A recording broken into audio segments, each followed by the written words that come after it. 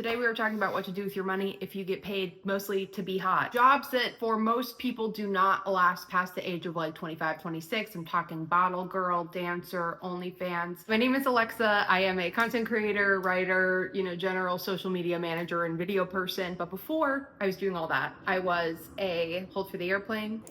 But before I was all that, I was a stripper in New York City. I wanted to make this video because I am one of the worst places I've ever been financially. And I think a big part of it was because when I was younger, I was not listening to financial advice made for people with my job. I was listening to financial advice for people who are making steady streams of income. I learned many things. I made a lot of money. I blew all of it. And so I'm here coming to you with my tail between my legs, telling you what I should have done with all that money so you don't make the same mistake, because I love you and I care about you and I want this to be a meaningful experience for you. I'm the kind of person you should take advice from in the same way that you would maybe take advice from your drunk uncle. Like if he tells you, oh, don't do drugs, you're gonna listen to him and believe him because you've seen what drugs can do to a person's life because you're looking at him and you're talking to him. You should think about me in the same way when it comes to money. So without further ado, these are 9 things I think you should be doing within your first year of making that pretty girl money.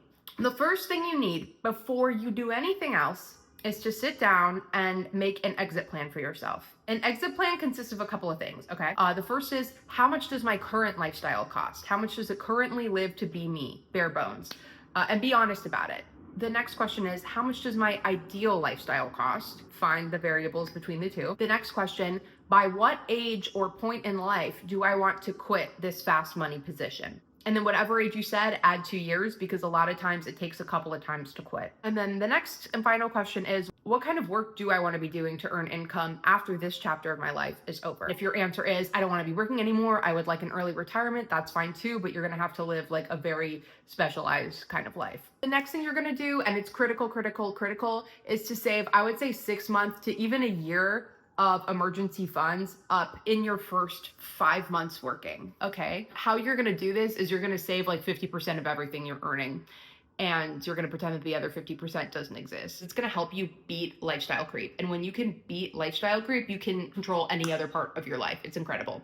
Lifestyle inflation is something that a lot of people struggle with. Like you'll hear about multimillionaires who are living paycheck to paycheck because they're just still spending with just out of their means. When I was 20 years old, I was really kind of living just at the top level of my means when I should have been saving for a hard day, because hard days were ahead. If you stick to that 50% mark, you'll be able to save a year's worth of income in no time.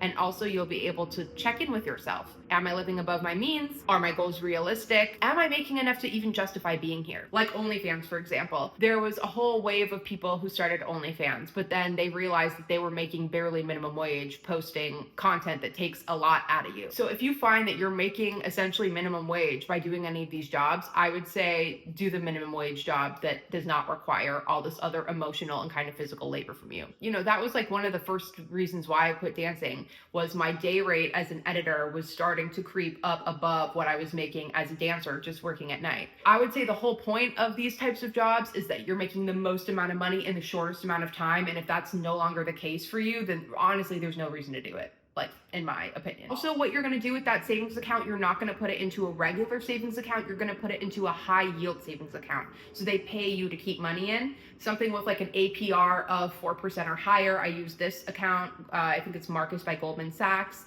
You can set it up super easy on your phone in like 5 minutes. Once you have that savings account, I would say the next thing you're gonna do is you're going to focus on paying off high interest rate debt, but also putting money away in your retirement account. You're gonna go to Acorns, you're gonna go to Fidelity, you're gonna do any of these little apps. You're gonna open a long-term Roth IRA, that is an individual retirement plan. I think the cap on that is $7,000 a year. Yeah, you're gonna be maxing that out. And every single year that you do any type of pretty money work, the first 3 months of that year from now on is gonna be maxing out that IRA, just to make sure that 75-year-old you is taken care of. Okay. You're also then going to look at your debt. And at this point in the process, I would say you should introduce some type of financial advisor into your life. And I do not mean a friend, a boyfriend, someone who's savvy with money. I would say you should be getting your advice from someone who is a little bit more mainstream and vanilla about money. You need boring money advice because you live a fascinating life. Okay. My financial advisor is Greg at Wealth Advisor. I fucking love Greg. I call him anytime anything's happening. And he really helped me me figure things out with my debt payment strategy. This is not an ad, by the way. They're not paying me to say this. I just like literally love him. I want to talk about being debt free here for a second, because out of all the financial mistakes I made, I think that was the first one that set me on the wrong path. When I was younger, I was obsessed with being debt free. I was like, I just need to pay my debt off. I don't care if I have a savings. Like, I just need to pay all my debt off. Stupid, because my debt at the time was all low interest. It was like student loan debt, and it was medical debt that would eventually fall off. So I spent probably $20,000, $25,000 paying off that debt when it could have been accruing interest in a high yield savings account or in a retirement account. Okay, once you've got all your finances sorted out, the next very critical thing you're gonna do is try to find a community outside of the club. The nightlife industry is very seductive. It's very political. It's easy to get sucked in if all of your social interactions are happening at the club. So that's one reason. And the other reason is this community that you're finding outside the club is ideally a community that's related to the kind of job you'd want to be doing once you retire. If you're the kind of person who's like stripper or bust, like I am in the club until I'm 50 and then I'm retiring early, that's totally fine, but you need some type of passive income vehicle then. So I would say some type of real estate or like heavy investments. I would say you need to be like investing twice as much as like your average dancer. I'm not the person to talk to for that. Again, I would consult with a wealth advisor if that's the path you want to go down. The next thing you're going to do once you get to 12 months at your pretty money job, if you're planning on going on year 2, first of all, you're going to get yourself a big girl gift. You know, if you've been saving up for a nose job, if you want to do summer in Europe, this is the time. And then the final step is you're going to set up monthly donations to your charity of choice, and you're going to donate 5 to 10% of your monthly income to them. Why you should do it monthly is because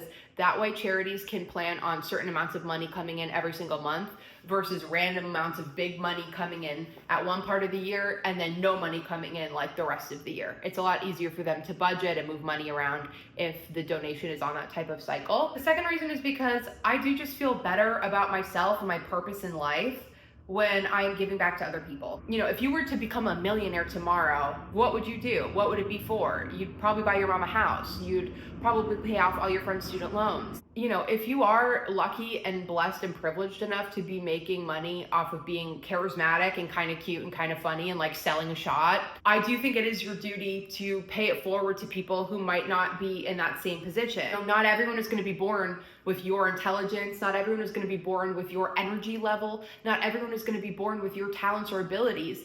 And I do think it's part of our duty to look after other people who are not born with what we're born with. And yes, you're a hard worker, you're a hustler, you're extremely talented, but also there are some people who are just never, no matter how hard they work, going to be able to make the kind of money you make. And why not show a little bit of gratitude to the universe for giving you the gifts that you have? For me, I find that I get extremely depressed when I don't have an external goal or an external purpose that helps other people. If all my goals are about me and hitting my deadlines for myself, I lose track, I lose focus. Most of us in this industry are coming from places of less privilege, and it's really important to maintain like that sense of grounded reality, even when you are making a lot of money. You know, I haven't danced or sugar babied or done any of those things in I think like a long time, like 2 years. And still I have kind of this princessy attitude toward a lot of things in my life. And I don't think there's anything wrong with like having a princessy attitude towards life as long as you're a people's princess, right? You want to be taking care of other people who took care of you when things were not going well for you. You want to be taking care of the baby versions of you who are going to grow up and you don't want to see them fight the same battles you've had to fight in your life. And you want to be taking care of people who will just never get the same chance to take care of themselves. So if you have somehow miraculously made it to a year, you've got a year's worth of savings in your account, you are set up to pay off your debt in a timely way, and you have investments coming in, I would definitely encourage you to start paying it forward to other people. It's just going to make you feel better as a person. It's going to do better for the world. And money is always better in your hands, the hands of the new rich, than it is of all these people who have inherited a bunch of money and have never really thought to take care of other people with it. Okay, that's all for me. Thank you so much for listening to me ramble. If you have any questions, my DMs are always open. And yeah, let me know what you want to talk about next. Again, I am not in a good financial place, but if I had done these things, I would have been. So do as I say, not do as I do.